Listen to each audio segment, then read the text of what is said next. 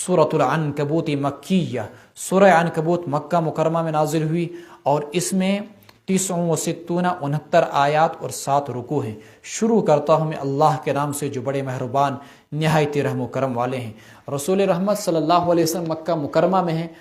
آپ سے بعض صحابہ نے کفار کے ظلم و ستم کی زبردست شکایت کی، اور یہ آپ سے گزارش کی آپ اللہ سے دعا کریں کہ اللہ تبارک و تعالیٰ ان مشکلات و مصائب کا خاتمہ فرمائے تاکہ ہم چین و سکون کی زندگی گزار سکیں۔ اس پر رسول رحمت صلی اللہ علیہ وسلم نے کہا، کیا تم اتنا جلدی تھک گئے اور گھبرا گئے؟ تم سے پہلی امتوں کو اس طریقے سے ستایا گیا کہ گڑھا کھودا جاتا اور گھڑے میں پیغمبر کو یا امتیوں کو ڈالا جاتا، پھر اس کے بعد آرا لایا جاتا۔ یہ شخص گھڑے میں ہونے کی وجہ سے حرکت نہ کر پاتا، اور آرے کے ذریعے سے اس کے جسم کو 2 لخت 2 ٹکڑے کر دیا جاتا۔ ان کے جسموں پر باضابطہ لوہے کی کنگیاں چلا کر جسموں سے گوشت نوچا گیا۔ اور اصحاب اخدود کو کون بھلا سکتا ہے؟ ایمان لانے کی وجہ سے یمن کے ایک بادشاہ نے 20,000 لوگوں کو زندہ آگ کے اندر جلا دیا تھا۔ والسماء ذات البروج کے اندر یہ واقعہ آئے گا۔ تو اللہ کے رسول علیہ الصلوۃ والسلام کو اللہ تعالیٰ نے کہا، احسب الناس ان یترکوا ان یقولوا آمنا، کیا لوگوں نے یہ خیال کر دیا، الف لام میم، کیا لوگوں نے یہ خیال کیا ان یترکوا، انہیں چھوڑ دیا جائے گا محض یہ کہنے کی وجہ سے آمنا، ہم ایمان لے آئے، وہم لا یفتنون، اور انہیں آزمائش میں نہیں ڈالا جائے گا۔ وَلَقَدْ فَتَنَّا الَّذِينَ مِن قَبْلِهِمْ، ہم نے آزمائش میں ڈالا ان لوگوں کو جو ان سے پہلے تھے۔ فَلَيَعْلَمَنَّ اللَّهُ الَّذِينَ صَدَقُوا، اللہ جان جائے گا ان لوگوں کو جو صادقین ہیں، سچے ہیں، اور اللہ جان جائے گا ان لوگوں کو جو کاذبین ہیں۔ اللہ کو تو پہلے ہی پتہ، مطلب اللہ دودھ کا دودھ اور پانی کا پانی کرے گا، جس میں امتیاز ہو جائے گا کہ اللہ کے خاطر قربانیاں دینے والے کون ہیں اور اللہ کے خاطر قربانیاں دینے والے کون نہیں۔ ایک تو امتیاز کرے گا اللہ تعالیٰ، دونوں جماعتوں کو جدا جدا کرے گا، اور ایک ترجمہ میں کیا کرتا ہوں، ظاہر کرے گا اللہ، تاکہ دنیا کو بھی پتہ چل جائے۔ ام حسب الذین یعملون السیئات، کیا خیال کیا ان لوگوں نے جو گناہ کرتے ہیں، ان یسبقونا، کہ وہ ہم سے بچ نکل جائیں گے۔ ان یسبقونا، سبق یسبق، اللہ سے آگے نکل جانا، اللہ کو پیچھے چھوڑ دینا، ہم سے بچ نکلیں گے۔ ساء ما یحکمون، کتنا ہی برا ہے وہ فیصلہ جو وہ کرتے ہیں۔ یا قرآن کریم میں اسی مضمون پر آیا، افنجعل المسلمین کالمجرمین ما لکم کیف تحکمون، کیا ہم مطیع و فرما بردار اور فاجروں کو ایک ہی صف میں کھڑا کر دیں گے؟ کیا ہو گیا تمہیں، کیسا فیصلہ کرتے ہو؟ ام نجعل الذین آمنوا وعملوا الصالحات کالمفسدین فی الارض، اعمال صالحہ کرنے والے اور زمین میں فساد مچانے والوں کو یکساں کر دیں ہم؟ کیا ہو گیا تمہیں؟ یا وامتازوا اليوم ایھا المجرمون، یہ مضامین بھی اسی چیز پر دلالت کرتے ہیں۔ من کان یرجو لقاء اللہ، جو شخص اللہ سے ملاقات کا امیدوار ہوگا، فإن اجل اللہ لآت، اللہ کی وہ متعینہ گھڑی تو آنے والی ہے، وہو السمیع العلیم، اللہ سننے والا اور جاننے والا ہے۔ ومن جاہد فإنما یجاہد لنفسہ، جو شخص جد و جہد کرتا ہے، دین حق کے لیے محنت کرتا ہے، فإنما یجاہد لنفسہ، تو وہ اپنے ہی ذات کے فائدے کے لیے محنت کرتا ہے۔ مثلا ہم قرآن پڑھ رہے ہیں تو اللہ تبارک و تعالیٰ کو کیا ہمارے قرآن پڑھنے سے اس کی خدائی میں کوئی اضافہ ہوگا؟ آپ نمازیں پڑھتے ہیں، روزے رکھتے ہیں، زکوٰۃ، فإنما یجاہد لنفسہ، جو انسان جو بھی جد و جہد کرتا ہے کس کے لیے؟ اپنے ہی فائدے کے لیے۔ ان اللہ لغنی عن العالمین، اللہ سارے جہاں والوں سے بے نیاز ہیں۔ والذین آمنوا وعملوا الصالحات، جن لوگوں نے ایمان لایا اور نیک اعمال کیے، لنکفرن عنہم سیئاتہم، ہم ان سے ان کے گناہوں کو دور کر دیں گے، وَلَنَجْزِيَنَّهُمْ أَحْسَنَ الَّذِي كَانُوا يَعْمَلُونَ، اور ہم ان کو بہترین سے بہترین بدلہ دیں گے ان کے ان اعمال کا جو وہ کیا کرتے تھے۔ یا دوسرا ترجمہ، ہم ان کے بہترین اعمال کا ان کو اچھا صلہ دیں گے۔ وَوَصَّيْنَا الْإِنسَانَ بِوَالِدَيْهِ إِحْسَانًا، حضرت صحابہ نے ایمان قبول کیا تو انہیں شدید مشکلات کا سامنا بھی کرنا پڑا۔ حضرت سعد بن ابی وقاص رضی اللہ تعالیٰ عنہ ایک جلیل القدر صحابی، عشرہ مبشرہ میں سے، ایمان کرو قبول، ماجب ونس، ماں نے بولا تب تک کھاؤں گی نہیں، پیوں گی نہیں، بھوکی مر جاؤں گی جب تک تو ارتداد اختیار نہیں کرے گا۔ سعد بن ابی وقاص رضی اللہ تعالیٰ عنہ کے رگ و ریشے کے اندر ایمان سما چکا تھا۔ کہا والدہ محترمہ، اللہ نے آپ کو ایک جان دی ہے، اگر اللہ آپ کو 100 جانیں دینا اور آپ کی 100 جانیں تڑپ تڑپ کر نکل جائیں، میں تب بھی ایمان سے کسی بھی قسم کسی بھی صورت میں واپس نہیں ہو سکتا، ایمان سے دستبردار نہیں ہو سکتا۔ ماں نے بھی جب دیکھا کہ یہ ماننے والا نہیں، چپ چاپ کر کے کٹورا بھی پکڑا اور کھانا بھی پکڑا اور کھا لیا۔ اس پر یہ آیت اتلی وَوَصَّيْنَا الْإِنسَانَ، ہم نے انسان کو تاکیدی حکم جاری کیا کہ وہ اپنے والدین کے ساتھ اچھا سلوک کرے، وَإِن جَاهَدَاكَ لِتُشْرِكَ بِي، اور اگر وہ تجھ پر زبردستی کریں کہ تم میرے ساتھ شریک ٹھہرا جس کا تجھے پتہ نہیں، جس کی تیرے پاس کوئی دلیل نہیں، مَا لَيْسَ لَكَ بِهِ عِلْمٌ فَلَا تُطِعْهُمَا، تو ایسی بات ماں باپ کی نہ ماننا، اِلَيَّ مَرْجِعُكُمْ، میری ہی طرف تم سب کو واپس آنا ہے، فَأُنَبِّئُكُم، میں بتلا دوں گا جو کچھ تم کیا کرتے تھے۔ والذی، تفصیلات سورہ لقمان کے اندر اس سلسلے میں مزید، والذین آمنوا وعملوا الصالحات، جنہوں نے ایمان لایا اور نیک اعمال کیے، لندخلنہم فی الصالحین، ہم انہیں نیکوکاروں میں شامل کریں گے، ومن الناس، لوگوں میں سے ایک جماعت ایسی ہے، من یقول آمنا باللہ، ہم اللہ پر ایمان لے آئے، فاذا اوذی فی اللہ، پھر جب انہیں راہ خدا میں تھوڑی سی تکلیف پہنچتی ہے، انہیں ستایا جاتا ہے، جعل فتنۃ الناس، تو وہ لوگوں کے ستاؤ بنداؤ کو اللہ کا عذاب جیسا شمار کرتے ہیں، اللہ کا عذاب قرار دیتے ہیں، اللہ کی عذاب کی طرح قرار دیتے ہیں، کعذاب اللہ۔ وَلَن جَاءَ نَصْرٌ مِّن رَبِّكَ، اور اگر آپ کے پاس آپ کے رب کی نصرت اور مدد آ جائے، لَيَقُولُنَّ إِنَّا كُنَّا مَعَكُمْ، تو وہ یقیناً یہی کہیں گے ہم تمہارے ساتھ ہیں۔ أَوَلَيْسَ اللَّهُ بِأَعْلَمَ، کیا اللہ نہیں جاننے والا ان لوگوں کو جو کچھ کن کے دلوں میں ہے، دنیا بھر کے جہاں بھر کے لوگوں کے دلوں کے اندر جو چیز ہے۔ سورہ عنکبوت مکہ مکرمہ میں نازل ہوئی۔ کہتے ہیں کہ جیسے منافقین کا ایک طبقہ مکہ مکرمہ کے مدینہ میں موجود تھا، ایسے مکہ مکرمہ میں کچھ لوگ تھے جنہوں نے ایمان قبول کیا، لیکن جو ہی کفار آنکھیں دکھاتے یا ایمان کی راہ میں مسلمانوں کو ستایا جانا شروع ہو جاتا، مثلا بلال حبشی کو، حضرت خباب ابن ارت کو، سمیہ کو، عمار ابن یاسر کو، فلاں کو فلاں کو فلاں کو، تو وہ پہلے دور سے ہینڈز اپ کر دیتے کہ بھائی اشو نہ مسلمان کہیں تھی۔ اس پر اللہ تعالیٰ نے کہا کہ ان لوگوں میں سے ایک جماعت ایسی ہے جو کیا کہتے ہیں، آمنا باللہ، لیکن جو ہی اللہ کے راستے میں ستایا جاتا ہے تو کیا کہتے ہیں، جعل فتنۃ الناس کعذاب اللہ، تھوڑی سی آزمائش کیا ہوگی کہ اس کو اللہ کے عذاب کا مشابہ قرار دیتے ہیں اور ایمان سے دستبردار ہو جاتے ہیں۔ ان الذین قالوا ربنا اللہ ثم استقاموا، ایمان پر ڈٹ گئے پہاڑ کی طرح، پھر انہیں چاہے کیسے بھی حالات آئے، انگاروں پر لٹایا گیا، جسم دو لخت کر دیا گیا حضرت سمیہ رضی اللہ تعالیٰ عنہ کا، حضرت یاسر کو شہید کر دیا گیا، فاقے دینے پڑے مسلسل 3 سال تک شاب ابی طالب کے اندر، جانوروں کے چمڑے تک کھانے پڑے پرانے زمانے کے، اور درختوں کے چھالے اتار کر کھانے پڑے، اور مسلسل گھاس اور درختوں کے چھالے کھانے کی وجہ سے صورتحال یہ ہوگی کہ سعد بن ابی وقاص فرمایا کرتے تھے کہ ہم میں سے ہر ایک فرد اس طریقے سے بڑا پیشاب کیا کرتا تھا جیسے جانور کی لید اور گوبر ہو، مسلسل پتے اور درخت کھانے کی وجہ سے۔ یہ حالتیں صحابہ پر آئی، لیکن پھر وہ پیچھے ہٹے نہیں، جو ہٹ گئے وہ اس سفر کے اندر آگے بڑھ نہ سکے۔ وَلَئِن جَاءَ نَصْرٌ مِّن رَبِّكَ لَيَقُولُنَّ إِنَّا كُنَّا مَعَكُمْ أَوَلَيْسَ اللَّهُ بِأَعْلَمَ بِمَا فِي صُدُورِ الْعَالَمِينَ وَلَيَعْلَمَنَّ اللَّهُ الَّذِينَ آمَنُوا، اللہ ضرور جان لے گا ان لوگوں کو جنہوں نے ایمان لایا، اور اللہ ضرور جان لے گا منافقین کو بھی۔ وقال الذين كفروا للذين آمنوا اتبعوا سبيلنا، اور کہا کافر لوگوں نے، ولید ابن مغیرہ مکہ مکرمہ کے اندر بہت سارے مسلمانوں کو کہتا تھا کہ تم ایمان قبول مت کرو، تمہارے گناہوں کا بوجھ میں قیامت کے دن اٹھا لوں گا، اور دیگر کافروں کو بھی کہا کرتا تھا کوئی فکر نہیں، قیامت نہیں آنے والی، اگر آ گئی تو تم سب کا بوجھ میں اکیلا اٹھا لوں گا۔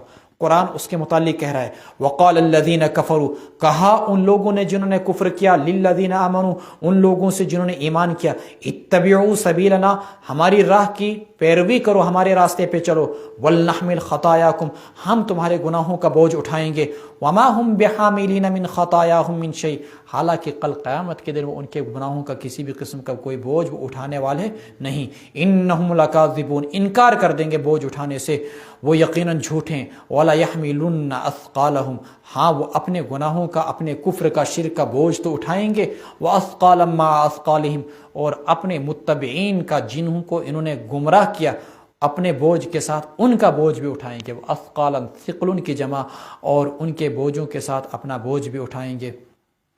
وَلَا يُسْأَلُنَّ يَوْمَ الْقِيَامَةِ، ان سے دریافت کیا جائے گا قیامت کے دن ان چیزوں کے متعلق جو دنیا کے اندر گھڑا کرتے تھے۔ حضرت ابو ہریرہ رضی اللہ تعالیٰ عنہ کی روایت ہے، جس شخص نے من دعا الی ہدیٰ، کسی کو ہدایت کی طرف دعوت دی، پھر اس نے ایمان قبول کیا، کسی نے کسی کو نماز کی دعوت دی، اس نے نماز پڑھنی شروع کی، کسی نے کسی کو قرآن کی طرف دعوت دی، اس نے قرآن پڑھنا شروع کیا، تو اس شخص کے پڑھنے والے، نماز پڑھنے والے، قرآن پڑھنے والے، ایمان قبول کرنے والے کے اعمال میں کسی بھی قسم کی کمی کیے بغیر دعوت دینے والے پر اس کی ساری زندگی کی نیکیاں لکھتی جائیں گی اس کے نامہ اعمال کے اندر۔ اور جس شخص نے گمراہی کی طرف بلایا تو جتنے بھی لوگ اس کی گمراہی پر چلیں گے قیامت تک، سارے کے سارے گمراہوں کا بوجھ اس کے کاندھے پر ڈال دیا جائے گا۔ وَلَقَدْ أَرْسَلْنَا نُوحًا إِلَىٰ قَوْمِهِ فَلَبِثَ فِيهِمْ أَلْفَ سَنَةٍ إِلَّا 50 عَامًا، اور بھیجا ہم نے نوح علیہ السلام کو اِلیٰ قَوْمِهِ اپنے قوم کی طرف پیغمبر بنا کر، فَلَبِثَ فِيهِمْ تو وہ ان میں ٹھہرے رہے، أَلْفَ سَنَةٍ 1000 سال تک، مگر 50 کم، إِلَّا 50 عَامًا فَأَخَذَهُمُ الطُّوفَانُ سو آ پکڑا ان کو طوفان نے، اور وہ لوگ تھے ظالم۔ یہ لمبی عمر اللہ تبارک و تعالیٰ نے کیوں دی؟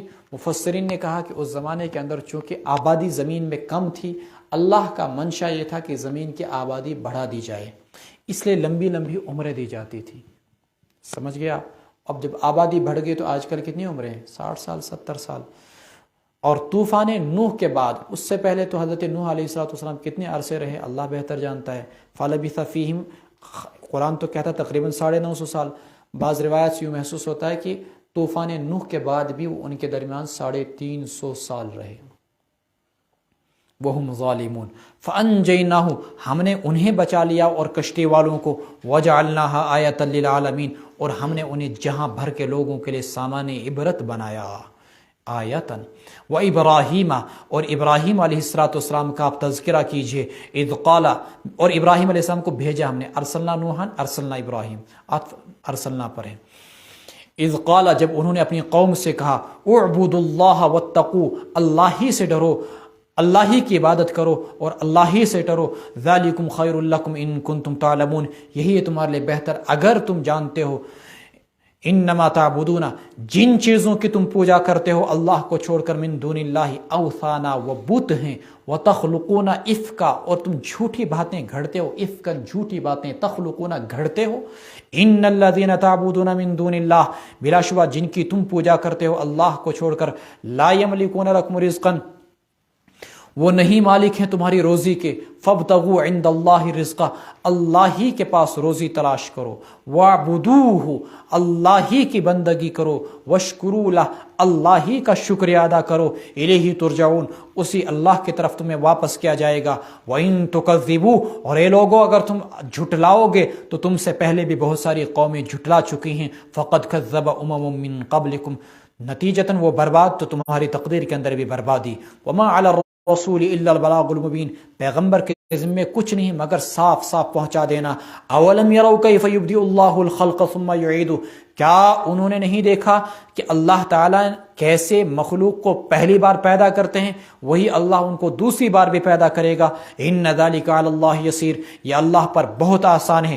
قل سیروا فی الارض، آپ کہیے ان مشرکوں سے چلو پھرو زمین کے اندر، فانظروا دیکھو، کیف بدأ الخلق، اللہ نے کس طریقے سے مخلوقات کو پہلے پیدا کیا، ثم اللہ ینشئ النشأۃ الآخرہ، وہی اللہ دوسری بار بھی پیدا فرمائیں گے۔ انشاء انشان پیدا کرنا، وہی اللہ دوسری بار بھی پیدا فرمائیں گے۔ ان اللہ علی کل شیء قدیر، اللہ ہر چیز پر قدرت رکھنے والے ہیں، جسے چاہیں عذاب دیں، یعذب من یشاء ویرحم من یشاء، جسے چاہیں رحم کر دیں، والیہ تقلبون، تم سب کو اللہ ہی کی طرف واپس کیا جائے گا۔ اس صفحے کے اندر خلاصہ آپ کے سامنے واضح ہے، مشرکوں کو ڈرایا گیا کہ جن چیزوں کو تم پوجا کرتے ہو وہ نہ تو روزی روٹی کے مالک ہیں، تمہیں روزی روٹی کے مالک ذات اللہ کی بندگی، اسی کی روزی روزگار مانگنا ہے، اللہ سے مانگو۔ جو ہم تعویذ باندھ کے رکھتے ہیں، اوسط لائک ملازمت دستی پر،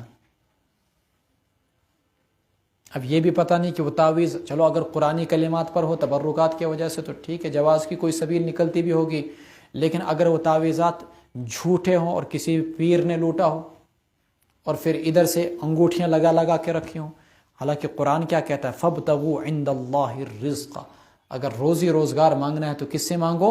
صرف اور صرف اللہ ہی سے مانگو۔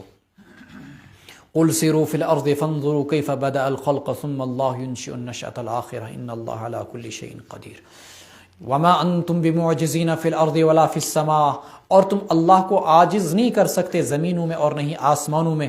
وما لکم من دون اللہ من ولی، اور نہیں ہے تمہارا اللہ کو چھوڑ کر اللہ کے سوا ولی کوئی کام بنانے والا، ولا نصیر، اور نہیں کوئی مددگار۔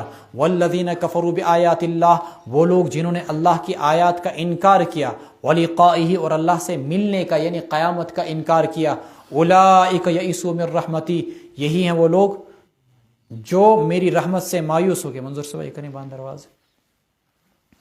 یئسوا من رحمتی، جو میری رحمت سے مایوس ہو گئے، واولئک لہم عذاب علیم، اور یہی ہیں وہ لوگ جن کے لیے دردناک عذاب ہوگا۔ فما کان جواب قومہ، یہ تقریر کس کی چل رہی ہے؟ حضرت ابراہیم علیہ السلام کی، ٹھیک ہے۔ فما کان جواب قومہ الا ان قالوا اقتلوہ، پس نہ تھا ان کی قوم کا جواب سوائے اس کے اقتلوہ، اسے مار ڈالو، او حرقوہ، یا اسے آگ میں جلا دو۔ فانجاہ اللہ من النار، اللہ نے حضرت ابراہیم علیہ السلام کو آگ سے بچایا، جس کی تفصیلات سورہ انبیاء کے اندر گزر گئی۔ ان فی ذلک لآیات لقوم یؤمنون، یقیناً اس میں نشانیاں ہیں ایسے لوگوں کے لیے جو صاحب ایمان ہیں۔ وقال انما اتخذتم من دون اللہ، ابراہیم علیہ السلام نے لوگوں سے کہا، یہ ہے جو ذہنس میں یہ آیت، چونکہ بہت ساری گمراہیاں آج کل اسی سبب سے پھیل رہی ہیں جس گمراہی کا تذکرہ اس آیت میں کیا جا رہا ہے۔ انما اتخذتم من دون اللہ، تم نے اللہ کو چھوڑ کر جو معبود بنا رکھے ہیں، کیوں؟ مودت بینکم فی الحیات الدنیا، دنیاوی زندگی میں دوستی کی لاج کے لیے، دنیاوی زندگی میں دوستی کی لاج رکھنے کے لیے، مودت بینکم فی الحیات الدنیا۔ وہ جو آپ نے واقعہ پڑھا تھا، عقبہ ابن معیط نے شان رسالت میں گستاخی کی، کیوں؟ دوستی کی لاج رکھنے کے لیے۔ عموماً یہ ہوتا ہے کہ جیسے ایک دوست ہدایت پر آتا ہے تو اس کا دوست بھی اس کے ساتھ ہدایت پر آتا ہے۔ حضرت ابوبکر صدیق رضی اللہ تعالیٰ عنہ نے ایمان قبول کیا تو ان کے جو دوست تھے، حضرت زبیر، حضرت طلحہ، حضرت عثمان، ان سب نے ایمان قبول کیا۔ لیکن ایک شخص گمراہ ہو جاتا ہے تو اس کے جتنے دوست ہیں وہ بھی گمراہ، مثلا ولید ابن مغیرہ گمراہ، اس کے دوست جتنے تھے عتبہ، شیبہ، وہ بھی سب گمراہ ہو گئے۔ آج کل بھی ایک دوست کسی نشے کے اندر مبتلا ہو جاتا ہے، سگریٹ، تو پتہ چلا کہ اس کا دوست بھی اسی کے ساتھ مبتلا ہو گیا۔ آپ ان سے پوچھیں گے جو نشے میں مبتلا ہوتے ہیں، ڈرگس وغیرہ میں، کہاں سے سیکھا؟ اپنے دوست سے۔ کسی کو کہیں گے ہدایت کے قریب آ گیا تو کیوں؟ دوست کی وجہ سے۔ اللہ کے رسول علیہ السلام کا فرمان ہے، الرجل علی دین خلیلہ فلینظر احدکم من یخالل، آدمی اپنے دوست کے طور و طریقے پر ہوتا ہے تو خوب اچھی طریقے سے دیکھ بسر کر لینا کہ کس کے ساتھ دوستی کرتے ہو۔ دوست اچھا ہوگا تو تم بھی ہدایت کی راہ پر آ جاؤ گے، دوست برا ہوگا تو گمراہ ہو سکتے ہو۔ اللہ کے نبی علیہ السلام کا فرمان ہے، لا یأکل طعامک الا تقی لا تصاحب الا مؤمنا، مت رکھو ساتھ اٹھنا بیٹھنا مگر کس کا؟ مومن کا۔ ولا یأکل طعامک، اور نہ کھائے تمہارا کھانا مگر کون؟ متقی شخص، ٹھیک ہے کہ نہیں؟ وقال انما اتخذتم من دون اللہ اوثانا مودۃ بینکم، تو کافر لوگ بہت سارے جو ہیں اس وجہ سے ایمان نہیں لاتے ہیں کہ بھائی رشتہ دار ناراض ہو جائیں گے، دوست ناراض ہو جائیں گے، اور ہمارے دوست کافر تو ہم بھی کافر۔ انما اتخذتم من دون اللہ، تم لوگوں نے جو اللہ کو چھوڑ کر معبود بنا رکھے ہیں، مودۃ بینکم، آپسی دوستی کی وجہ سے، دوستی کی لاج رکھنے کے لیے دنیاوی زندگی میں، ثم یوم القیامت، پھر قیامت کے دن تم ایسے قسم کے دوست، یکفر بعضکم ببعض ویلعن بعضکم بعضا، بعض کا انکار کریں گے اور بعض پر لعنت بھیجیں گے، ومأواکم النار، اور تمہارا ٹھکانہ دوزخ ہے، وما لکم من ناصرین، اس دن تمہارا کوئی بھی مددگار نہیں ہوگا۔ قرآن کی آیت ہے 25ویں سپارے میں، الاخلاء یومئذ بعضهم لبعض عدو، گہرے جگری دوست بھی قیامت میں ایک دوسرے کے دشمن ہوں گے۔ سے ڈالے تھا، تو نے مجھے گمراہ کیا تھا، الا المتقین، سوائے متقی کے کہ ان کی دوستیاں قیامت کے اندر بھی برقرار ہوں گی۔ فآمن له لوط، سو ایمان لایا ان پر، کن پر؟ ابراہیم علیہ السلام پر، انہی کے بھتیجے لوط نے۔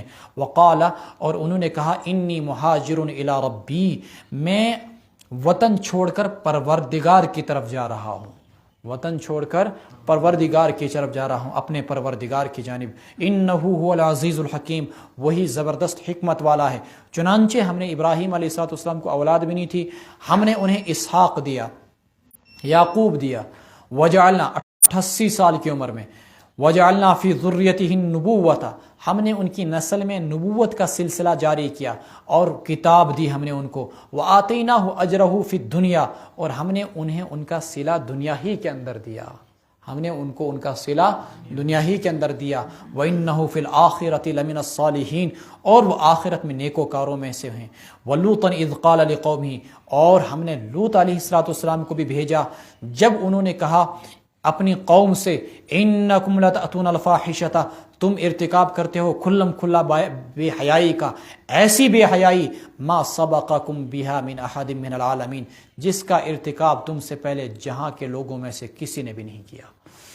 اِنَّكُمْ لَتَأْتُونَ الرِّجَالَ، کیا تم مردوں کے پاس بدکاری کرنے کے لیے آتے ہو، وَتَقْطَعُونَ السَّبِيلَ، قطع السبیل کے معنی آتے ہیں ڈاکہ ڈالنا، اور ڈاکے ڈالتے ہو، وَتَأْتُونَ، اور کرتے ہو تم، فی نادی، نادی اندیت مجلس، کرتے ہو اپنی مجلسوں میں، المنکر، بری چیزیں، ناپسندیدہ چیزیں، علی الاعلان، فما کان جواب قومہ، پس کچھ بھی نہ تھا ان کی قوم کا جواب سوائے اس کے کہ ان قالو، انہوں نے کہا، ائتنا بعذاب اللہ، لے آ تو اللہ کا عذاب، ان کنت من الصادقین، اگر تو سچوں میں سے ہے۔ مفسرین نے لکھا کہ اپنی مجلسوں میں کیا کیا وہ بے حیائی کا کام کیا کرتے تھے، مثلا جس بے حیائی کا ارتکاب عموماً لوگ چھپ کے کرتے ہیں، وہ اس بے حیائی کا ارتکاب اعلانیہ کیا کرتے تھے۔ مجلسوں کے اندر 10 آدمی مل کر بے حیائی کا ارتکاب، مردوں کے ساتھ مرد کر رہے ہیں غلطیاں، اور ایسے ڈاکے ڈالنا۔ اس آیت کے ذیل میں مفسرین نے یہ بھی لکھا ہے کہ راستہ چلتے ہوئے لوگوں پر پتھر مارتے تھے، عجیب قسم کی، اور مرغوں کو آپس میں لڑانا، عجیب و عجیب قسم کی حرکتیں کیا کرتے تھے۔ وَتَأْتُونَ فِي نَادِيكُمُ الْمُنْكَرَ فَمَا كَانَ جَوَابَ قَوْمِهِ إِلَّا أَنْ قَالُوا ائْتِنَا بِعَذَابِ اللَّهِ إِن كُنتَ مِنَ الصَّادِقِينَ۔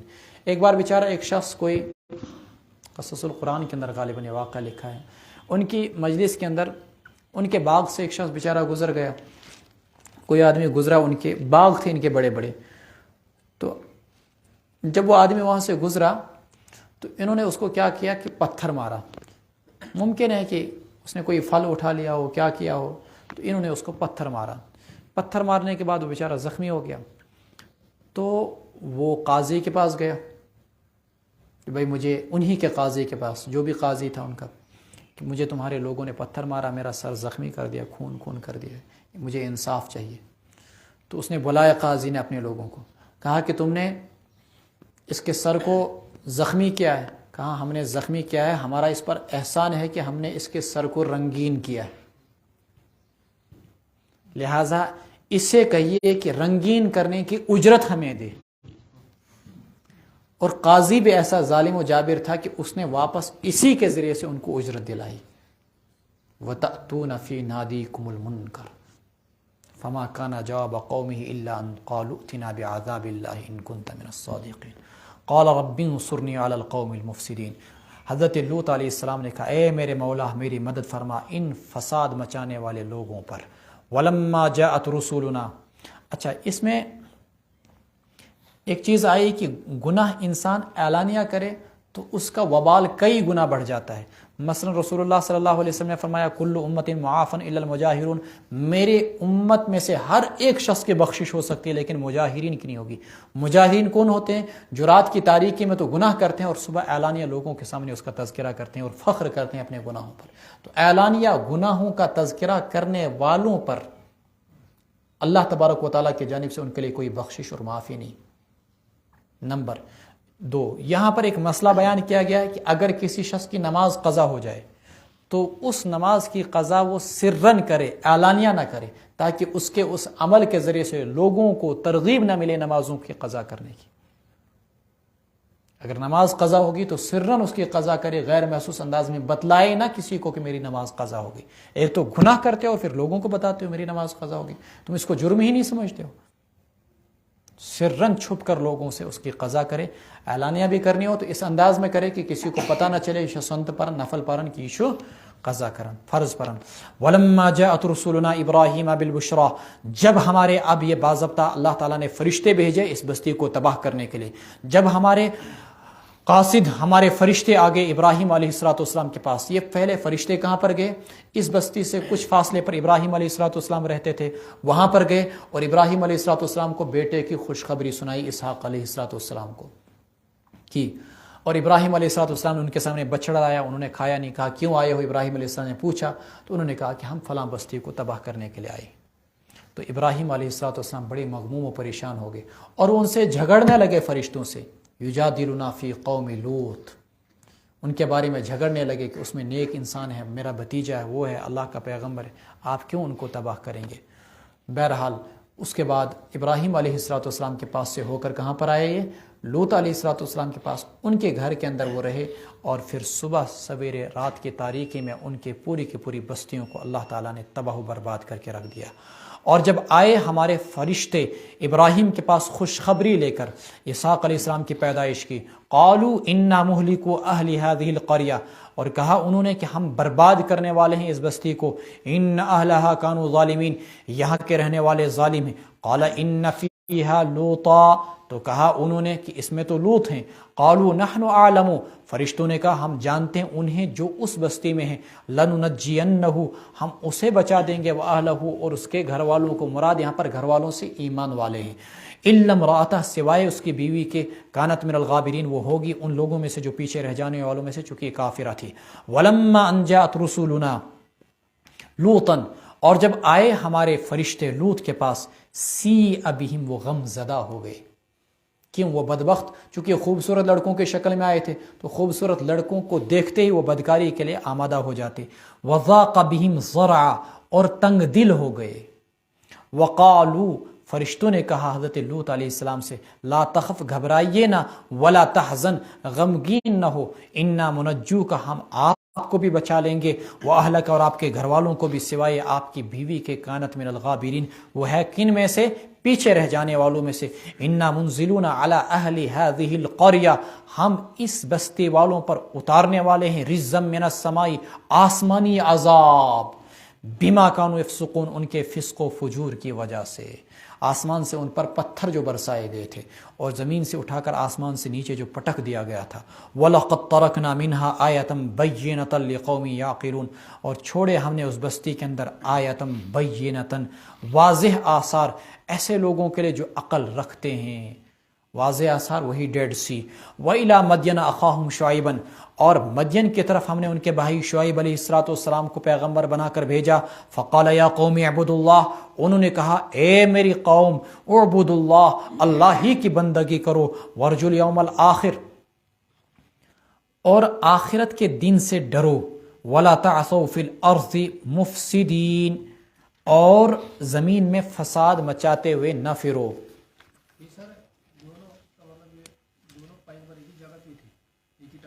کون؟ شعیب علیہ السلام، ابراہیم، ہاں ایک ہی زمانے میں تھے، علاقہ تھوڑا سا الگ الگ تھا، زیادہ نہیں، کوئی ایسے کوئی 60-70 کلومیٹر کا فاصلہ تھا، یا زیادہ ہی مان لیجیے آپ 100 کلومیٹر۔ بیت المقدس سے آپ آگے جائیں گے 2 گھنٹے گاڑی کے ذریعے سے تو آپ پہنچ جائیں گے ہیبرون، شہر الخلیل، جہاں ابراہیم علیہ السلام ہوئے تھے، اس وقت یہ اسرائیل کے اندر ہے۔ آپ واپس آئیں گے وہاں سے بیت المقدس سے واپس آپ چلیں گے مزید 100 کلومیٹر، آپ پہنچ جائیں گے اردن اور اسرائیل کے راجدھانی، اردن اور اسرائیل کی سرحد پر، یہیں پر یہ ڈیڈ سی موجود ہے۔ اس زمانے میں تو یہ بہت بڑا تھا، اب کم ہو گیا ہے، تو یہیں پر یہ بستیاں آباد تھی، صدوم اور عمورہ ان کی بستیوں کا نام تھا، یہیں پر ان کو تباہ و برباد کر دیا گیا تھا۔ ان کے بتیجے تھے ایک ہی زمانے میں، لیکن ابراہیم علیہ السلام دوسرے علاقے کی طرف مبعوث ہوئے، یہ دوسرے علاقے کی طرف۔ وعادا وثمود فکذبوہ، چنانچہ قوم کے لوگوں نے انہیں جھٹلایا، شعیب علیہ السلام کو، فاخذتہم الرجفہ، انہیں کس چیز نے پکڑا؟ زلزلے نے، فاصبحوا فی دارہم جاثمین، وہ ہو گئے اپنے منہ میں، اپنے گھروں میں اس حال میں کہ جاثمین، وہ گھٹنوں کے بل تھے، اوندے منہ۔ وعادا وثمود، گھٹنے کے بل نہیں، اوندے منہ، جاثمین، گھٹنوں کے بل، جاسیت ان کا ترجمہ آتا ہے۔ وعادا وثمود، اور ہم نے بھیجا، اور عاد اور سمود کا تذکرہ کیجیے آپ۔ وَقَدْ تَبَيَّنَ لَكُم مِّن مَّسَاكِنِهِمْ، اور ان کا حال ظاہر ہو چکا آپ کے لیے، قد تبین ظاہر ہو چکا آپ کے سامنے کیا ان کا حال، من مساکنہم ان کے گھروں سے، ان کے بستیوں سے، وزین لہم الشیطان و آدم و ثمود، یہاں پر بعض لوگوں نے عبارت نکالی اہلکنا، ہلاک کیا ہم نے عاد و ثمود کو، جیسے کہ قارون اور فرعون سے پہلے اہلکنا کی عبارت محذوف نکالی، ہم نے ان کو ہلاک کیا۔ شیطان نے ان کے اعمال ان کے سامنے بنا سنوار کر سجا کر پیش کیے، وزین لہم الشیطان اعمالہم، شیطان نے ان کے اعمال مزین کیے ان کے لیے، فصدہم عن السبیل، شیطان نے انہیں راہ ہدایت سے روکا، وکانوا مستبصرین، اور وہ خود ہوشیار تھے لیکن ان کی ہدایت یہ عمدن تھی۔ وقارون و فرعون، قارون کو، فرعون کو، حامان کو ہم نے ہلاک و برباد کیا۔ وَلَقَدْ جَاءَهُم مُوسَىٰ بِالْبَيِّنَاتِ، آئے موسیٰ علیہ السلام ان کے پاس واضح دلائل لے کر، فَاسْتَكْبَرُوا فِي الْأَرْضِ، انہوں نے زمین میں تکبر کیا ناحق، وَمَا كَانُوا سَابِقِينَ، اور وہ ہم سے بچنے والے نہ تھے، ہم سے بھاگ نہ سکے۔ فَكُلًّا أَخَذْنَا بِذَنبِهِ، بس ہم نے ان سب کو ان کے گناہوں کی وجہ سے پکڑا۔ فَمِنْهُمْ مَنْ أَرْسَلْنَا عَلَيْهِ حَاصِبًا، ان میں سے بعضوں پر ہم نے پتھر بھیجے برسائے۔ وَمِنْهُمْ مَنْ أَخَذَتْهُ الصَّيْحَةُ، بعض کو پکڑا چیخ نے، چنگاڑ نے۔ وَمِنْهُمْ مَنْ خَسَفْنَا بِهِ الْأَرْضِ، ان میں سے بعض ایسے تھے جن کو ہم نے زمین میں دھسا دیا۔ وَمِنْهُمْ مَنْ أَغْرَقْنَا، بعض ایسے تھے جن کو ہم نے غرق کر دیا، ڈبو دیا۔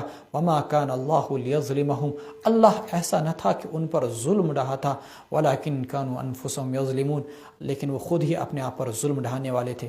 ایک بزرگ نے جس زمانے میں یہاں پر سیلاب آیا تھا، اسی جگہ پر اس آیت کی تلاوت کر کے کہا تھا کہ اللہ ان واقعات کو اس لیے بیان کرتے ہیں کہ تم عبرت حاصل کرو، اگر تم باز نہیں آؤ گے تو اللہ نے جیسے ان کو غرق کیا تمہیں بھی غرق کر سکتے ہیں، اللہ نے جیسے ان کو زمین میں دھسایا اللہ زلزلوں کے ذریعے سے تمہیں بھی دھسا سکتے ہیں، اللہ نے جیسے ان پر پتھر برسائے اللہ اس پر قادر ہے کہ آج بھی تم پر پتھر برسائے۔ اسی لیے اللہ نے ان واقعات کو قرآن میں بار بار ذکر کیا، ورنہ قصے کہانیاں سنانا مقصود نہیں، پھر تو اللہ ایک ہی بار بیان کرتے۔ یہ پتھر برسانے کا عذاب کس پر آیا؟ قوم لوط پر۔ وَمِنْهُمْ مَنْ أَخَذَتْهُ الصَّيْحَةُ، چنگاڑ کا عذاب کس پر آیا؟ سمود پر اور مدین پر، مدین کے لوگوں پر بھی آیا تھا۔ وَمِنْهُمْ مَنْ خَسَفْنَا بِهِ الْأَرْضِ، زمین میں دھسانے کا عذاب قارون پر۔ وَمِنْهُمْ مَنْ أَغْرَقْنَا، پانی میں ڈبونے کا عذاب فرعون، اور اسی طریقے سے قوم نوح علیہ السلام پر۔ مثل الذین اتخذوا من دون اللہ اولیاء، جن لوگوں نے اللہ کو کے سوا دوست بنائے، اللہ کو چھوڑ کر دوسرے دوست بنائے، کمثل العنکبوت، ان کے ان دوستوں کی مثال مکڑی کی طرح ہے۔ کس کی طرح؟ اتخذت بیتا، جس مکڑی نے جالا بنایا، وان اوہن البیوت، اور گھروں میں سے سب سے زیادہ کمزور گھر لبیت العنکبوت، وہ مکڑی کا گھر ہوتا ہے، لو کانوا یعلمون، کاش وہ جانتے۔ یعنی جن مشرکین نے ظاہراً بتوں کے سہارے بنائے اور وہ یہ سوچتے ہیں کہ یہ بت ہمیں بارگاہ خداوندی میں کام آئیں گے، فرماتے ہیں کہ ان کے ان سہاروں کی مثال ایسی ہے جیسے کہ ایک مکڑی جالا بناتی ہے، وہ مکڑی کا جالا جب طوفان آ جائے اسے بچا سکتا ہے؟ ایسے کافروں کے بھی یہ سہارے جو بتوں کے ہیں، غیر اللہ کے ہیں، یہ بتوں کے سہارے، غیر اللہ کے سہارے ان کے کام نہیں آئیں گے۔ اتخذت بیتا وان اوہن البیوت لبیت العنکبوت لو کانوا یعلمون ان اللہ یعلم ما یدعون من دونہ من شیء، اللہ جانتا ہے ان ساری چیزوں کو جنہیں وہ اللہ کو چھوڑ کر پکارتے ہیں، وہو العزیز الحکیم، اللہ زبردست حکمت والے ہیں۔ سوال یہ پیدا ہوتا ہے کہ کیا مکڑی کو مارنا درست ہے؟ حضرت علی رضی اللہ تعالیٰ عنہ کا مقولہ یہاں دیوار پر لکھا ہے، نظفوا بیوتکم من العنکبوت من نسج العنکبوت، اپنے گھروں کو مکڑی کے جالوں سے صاف رکھو، فإنها تورث الفقر، اس لیے کہ فقر و فاقہ کا باعث ہے۔ یہ حضرت علی رضی اللہ تعالیٰ عنہ کا مقولہ ہے، یہاں دیوار پر لکھا ہے مدرسے کی۔ اس سے علماء نے استدلال کیا کہ گھر کے اندر مکڑی کے جالے، ایک تو ہے ہی کہ صفائی نہیں ہے، گندگی ہے وغیرہ وغیرہ، بعض علماء نے کہا کہ نہیں، مارنا نہیں چاہیے، اس لیے کہ اللہ کے رسول علیہ السلام جب غار حرا میں تھے تو اس موقع پر مکڑی ہی نے وہاں پر جالا بنا تھا، ٹھیک ہے کہ نہیں؟ تو یہ ایک قول ہے۔ بہرحال گھر میں رکھنے کا تو کہیں سے حکم نہیں آیا، اگر آپ مارتے نہیں ہو تو کم سے کم گھر سے ان کو باہر نکال دو، گھر میں گندگی نہیں رکھنی چاہیے۔ ان اللہ یعلم ما یدعون من دونہ من شیء وہو العزیز الحکیم وتلک الامثال نضربها للناس، یہ مثالیں ہیں جنہیں ہم لوگوں کے سامنے بیان کرتے ہیں، وما یعقلها الا العالمون، ان مثالوں کو نہیں سمجھتے مگر جاننے والے۔ اور عالم کی ضد کیا آتی ہے؟ جاہل۔ علماء نے لکھا کہ قرآن کی جو آیات ہیں اگر انسان ان کے اندر تدبر نہ کرے تو گویا انسان عالم نہیں بلکہ جاہل ہے۔ وما یعقلها الا العالمون۔ اور بعض علماء، بعض صحابہ کے بارے میں آتا ہے کہ جب وہ قرآن کی آیات کو پڑھتے اور آیات انہیں سمجھ میں نہ آتی تو بڑے مغموم و پریشان ہو جاتے کہ ہم عالمین کے صفوں میں نہیں ہیں۔ وما یعقلها الا العالمون۔ اس قرآن کو سمجھتے ہیں، اس کے اندر تدبر، غور و فکر کون کرتے ہیں؟ وہی لوگ جو عالم ہیں، جاننے والے ہیں۔ خلق اللہ السماوات والارض بالحق، اللہ نے آسمانوں کو پیدا کیا، زمین کو پیدا کیا، بالحق، مناسب طریقے سے۔ بالحق، یہ جو بالحق کا لفظ ہے نا، اس کے ہر جگہ مختلف جگہ 20 ترجمے الگ الگ ہوتے ہیں، اس لیے اس کو دیکھنا چاہیے کہ کس جگہ اس کا کیا ترجمہ میں کرتا ہوں، تاکہ اسی طریقے سے پھر آپ اس کا مناسب ترجمہ کر سکیں۔ تو اللہ نے آسمان اور زمین کو پیدا کیا بالحق، مناسب طریقے سے۔ ان فی ذلک لآیۃ للمؤمنین، بلا شبہ اس میں نشانی ہے کن کے لیے؟ اہل ایمان کے لیے۔ اتل ما اوحی الیک من الکتاب واقم الصلاۃ ان الصلاۃ تنہی عن الفحشاء والمنکر ولذکر اللہ اکبر واللہ یعلم ما تصنعون۔ اے پیغمبر صلی اللہ علیہ وسلم، آپ تلاوت کیجئے ما اوحی الیک من الکتاب، جو کچھ آپ کی جانب وحی کی گئی کتاب میں سے، وَأَقِيمِ الصَّلَاةَ، اور نمازوں کو قائم کی، نماز کو قائم کیجئے، ان الصلاۃ تنہی عن الفحشاء والمنکر، یقینا نماز روکتی ہے بے حیائی سے اور ناپسندیدہ کاموں سے، وَلَذِكْرُ اللَّهِ أَكْبَرُ، اور اللہ کا ذکر بہت بڑی چیز ہے، واللہ یعلم ما تصنعون، تم جو کچھ کرتے ہو اللہ جانتے ہیں۔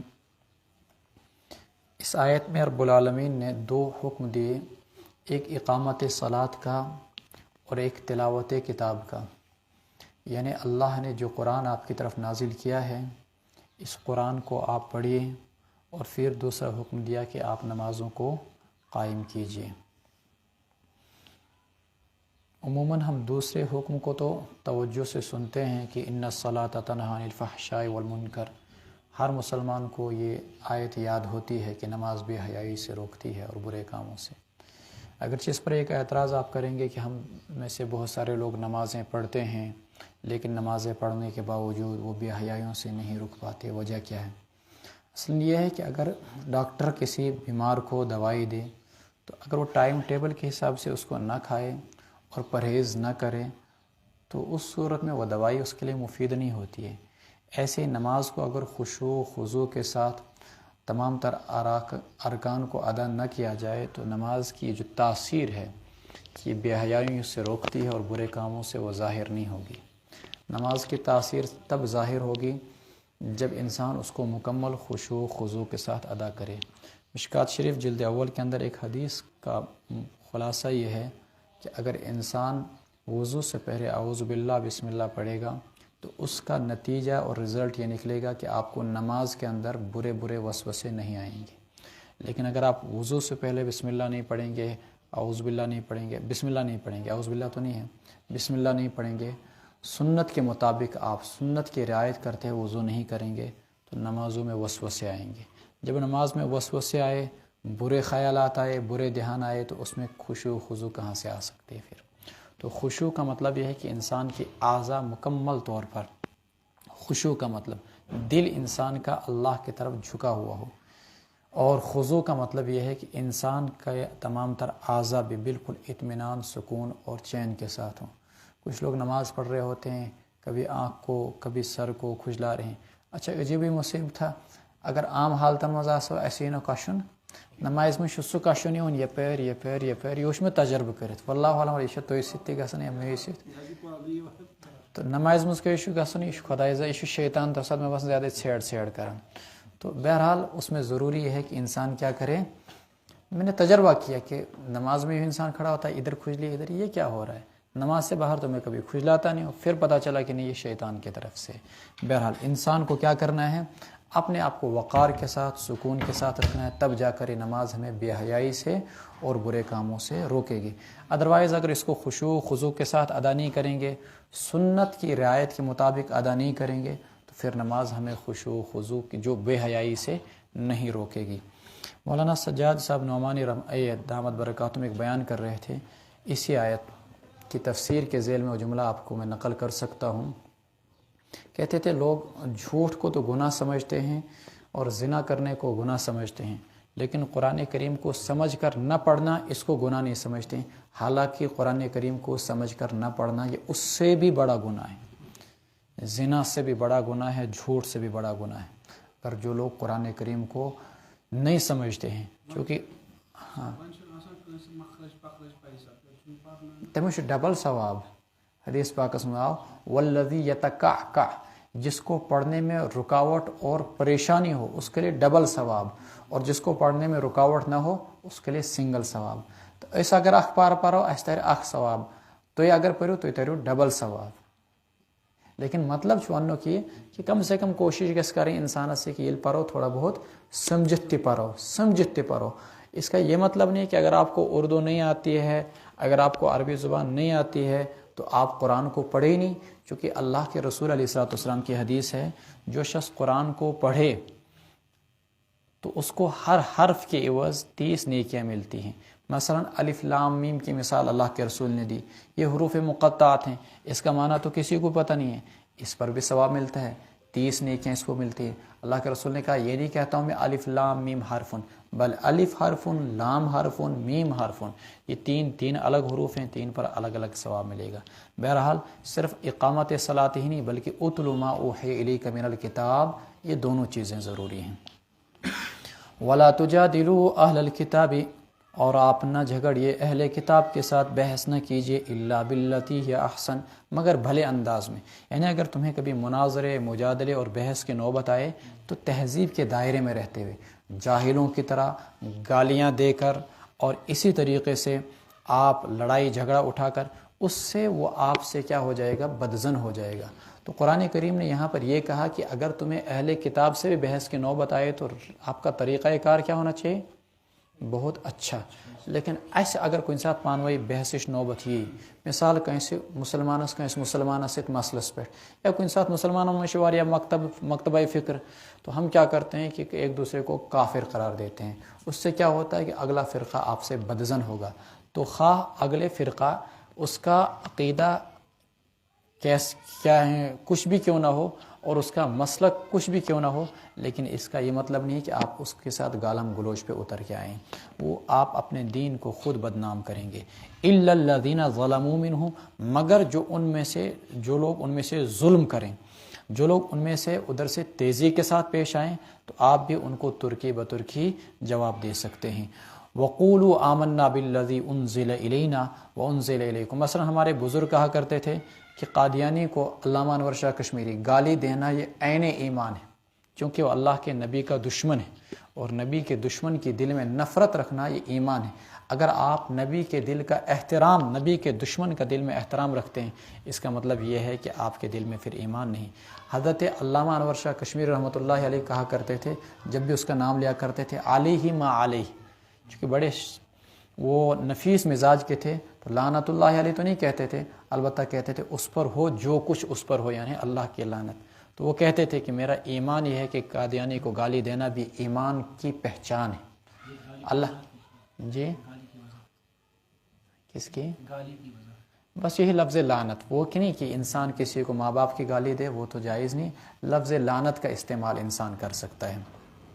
وَقُولُوا آمَنَّا بِاللَّهِ أُنزِلَ إِلَيْنَا وَأُنزِلَ إِلَيْكُمْ وَإِلَٰهُنَا وَإِلَٰهُكُمْ وَاحِدٌ وَنَحْنُ لَهُ مُسْلِمُونَ۔ اور تو ایک مرتبہ ایک مناظرے کی نوبت آ گئی ادھر لدھیانہ کے اندر، وہیں تو یہ زیادہ ہوتے ہیں، تو ہمارے ایک عالم گئے ان کے پاس، انہوں نے کہا کہ ان سے دلیل کا مطالبہ کرنا بھی آپ کے لیے کفر کے خطرے کا باعث ہو سکتا ہے۔ گویا کہ آپ اس کو یوں کہہ رہے ہیں کہ تو دلیل پیش کر، اگر تیری دلیل صحیح ثابت ہوئی میں تیری بات مان لوں گا، تو اس کا کیا مطلب ہوا کہ تجھے اللہ کے نبی کی ختم نبوت پر یقین نہیں ہے، تیرے ایمان کو پھر خطرہ ہے۔ ان سے دلیل نہیں، وہ کہہ رہے تھے ان سے دلیل نہیں، ان سے تلوار سے مسئلہ صاف کرو، جیسے حضرت ابوبکر صدیق نے کیا۔ وَقُولُوا آمَنَّا بِالَّذِي أُنزِلَ إِلَيْنَا وَأُنزِلَ إِلَيْكُمْ وَإِلَٰهُنَا وَإِلَٰهُكُمْ وَاحِدٌ وَنَحْنُ لَهُ مُسْلِمُونَ۔ یہاں تو مسئلہ یہ ہے کہ ہم ایک غیر مسلم ملک کے اندر رہتے ہیں، مسئلہ یہ ہے کہ ہم نے ان کو غیر مسلم سمجھا ہے، وہ کیا کریں جیسے نان مسلم ویسے یہ نان مسلم، ہمارا ان کے ساتھ کوئی لینا دینا دور دور تک نہیں۔ وَقُولُوا آمَنَّا بِالَّذِي أُنزِلَ إِلَيْنَا وَأُنزِلَ إِلَيْكُمْ، اور کہہ دیجئے آپ ہم ایمان لے آئے اس کتاب پر جو ہماری طرف اتاری گئی اور اس کتاب پر جو تمہاری طرف اتاری گئی، ہمارا اور تمہارا معبود ایک ہی ہے، وَنَحْنُ لَهُ مُسْلِمُونَ، اور ہم اس کے مطیع و فرما بردار ہیں۔ یعنی جب بھی کسی طبقے کو آپ دین کی دعوت دیں تو جو آپ کا نقطۂ اجتماع ہے اس نقطۂ اجتماع پر دونوں کو پہلے اکٹھا کیجئے، اور اکٹھا کرنے کے بعد پھر آپ اگلی چیزوں پر بحث کیجئے۔ مثلا آج کل غیر مسلم ہی ہیں، آپ ان سے اس بات پر اتحاد کر سکتے ہیں بھائی نشہ مکت ریاست میں ہم سب کے سب متفق ہیں، ہم چاہتے ہیں کہ اخلاقی بالادستی ہو، اس میں ہم سب متفق ہیں، ہماری ماؤں بہنوں کی عزت محفوظ ہو، اس میں ہم سب متفق ہیں، اور ہمارا معاشرہ نشے کے ذریعے سے برباد نہ ہو جائے، اس میں ہم سب کے سب متفق ہیں، ہماری قوم کی معیشت بہتر ہو جائے، اس میں ہم سب کے سب متفق ہیں۔ تو جو تمام تر وہ نکات جس پر آپ اتفاق کر سکتے ہیں ان کو آپ الگ کر لیجئے، پھر جن میں اختلاف ہے اس پر الگ سے بعد میں بحث کر لیجئے آپ۔ وَكَذَلِكَ أَنزَلْنَا إِلَيْكَ الْكِتَابَ، اور اسی طریقے سے ہم نے آپ کی طرف کتاب اتاری، فَالَّذِينَ آتَيْنَاهُمُ الْكِتَابَ يُؤْمِنُونَ بِهِ، جنہیں ہم نے کتاب دی، یؤمنون بِهِ، وہ اس پر ایمان رکھتے ہیں، وَمِنْ هَؤُلَاءِ مَن يُؤْمِنُ بِهِ، اور ان میں سے بھی ایک طبقہ ہے جو اس پر ایمان رکھتا ہے، وَمَا يَجْحَدُ بِآيَاتِنَا إِلَّا الْكَافِرُونَ، اور نہیں ہماری آیات کا انکار کرتے ہیں مگر وہی لوگ جو کفر کرنے والے ہیں۔ وَمَا كُنْتَ تَتْلُو مِن قَبْلِهِ مِن كِتَابٍ وَلَا تَخُطُّهُ بِيَمِينِكَ إِذًا لَارْتَابَ الْمُبْطِلُونَ، اور اے پیغمبر صلی اللہ علیہ وسلم آپ اس وحی کے نازل ہونے سے پہلے کوئی کتاب نہیں پڑھا کرتے تھے، وَلَا تَخُطُّهُ بِيَمِينِكَ، اور نہیں آپ اپنے ہاتھ سے لکھا کرتے تھے، اگر ایسا ہوتا إِذًا لَارْتَابَ الْمُبْطِلُونَ، تب تو حق کا انکار کرنے والے شبہ میں پڑ جاتے، حق کے انکار کرنے والے لوگ شبہ میں پڑ جاتے۔ اللہ کے رسول علیہ السلام کو اللہ تعالیٰ نے پیغمبر بنایا تو شبہ کے تمام تر دروازے بند کر دیے، نہ اس زمانے میں کوئی کالج، نہ کوئی یونیورسٹی، اور نہیں کوئی سکول، نہ آپ کا کوئی معلم، اور نہیں آپ کوئی کتاب پڑھنے والے، نہ کچھ آپ لکھنے والے۔ اگر آپ صلی اللہ علیہ وسلم کچھ چیز لکھ رہے ہوتے، اگر آپ صلی اللہ علیہ وسلم پڑھنے والے ہوتے، تو اس صورت میں آپ صلی اللہ علیہ وسلم پر باضابطہ کفار اور یہود و نصارہ یہ اعتراضات کر سکتے تھے کہ اس پیغمبر نے فلاں یونیورسٹی کے اندر، فلاں کالج کے اندر، فلاں انسان سے، فلاں فرد سے پڑھا ہے، یا اس نے یہ خود کتاب اپنے ہاتھوں سے لکھی ہے، اِذًا لَارْتَابَ الْمُبْطِلُونَ، کہ یہ حق کا انکار کرنے والے شک میں پڑ جاتے۔ تو اللہ تبارک و تعالیٰ نے آپ کی نبوت پر جو بھی شک کی انگلی اٹھائی جا سکتی تھی یا جو بھی لوگ شک کر سکتے تھے، وہ سارے کے سارے دروازے بند کر دیے۔